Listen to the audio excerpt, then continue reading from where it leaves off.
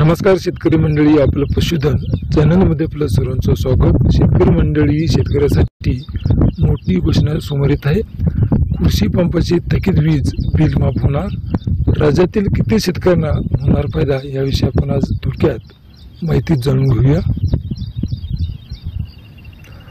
राज्याचे अर्थमंत्री अजित पवार यांनी आज अर्थसंकल्प सादर केला। यामध्ये त्यांनी विविध योजनांची घोषणा केली। यामध्ये शेतकऱ्यांसाठी महिलांसाठी विविध घोषणा करण्यात आल्या। यामध्ये एक महत्त्वाची घोषणा म्हणजे शेतकऱ्याच्या कृषी पंपाचे थकीत वीज बिल माफ होणार निर्णय सरकारने घेतला आहे। राज्यातील 44 लाखाहून अधिक कृषी पंपधारक शेतकऱ्यांना फायदा होणार असल्याची माहिती आपल्याला पाहायला मिळते। महाराष्ट्र विधिमंडळाच्या पावसाळी अधिवेशनाला कालपासून सुरुवात झाली।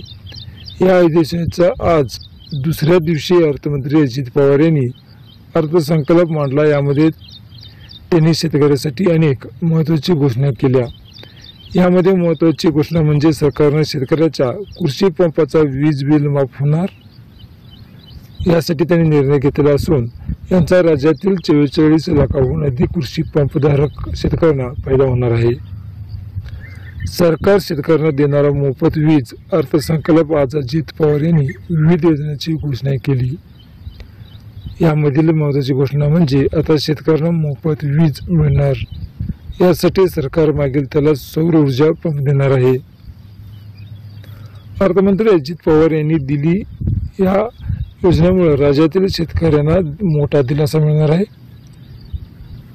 शेतकऱ्यांना दिवसा अखंडित वीज पुरवठा करण्यासाठी कृषी योजनेचे विलीनीकरण आणि सौर ऊर्जा करण्याचा 15,000 कोटी रुपयाचा प्रकल्प हाती घेतला असल्याची माहिती समोर येत आहे।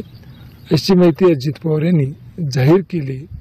शेतकऱ्यांना मोफत वीज उपलब्ध व्हावी यासाठी मागेल त्याला सौर ऊर्जा पंप येणार आहेत। या योजनेसाठी 8,50,000 शेतकऱ्यांना सौर ऊर्जा पंप उपलब्ध करून देण्याची अजित पवार यांनी माहिती जाहीर केली।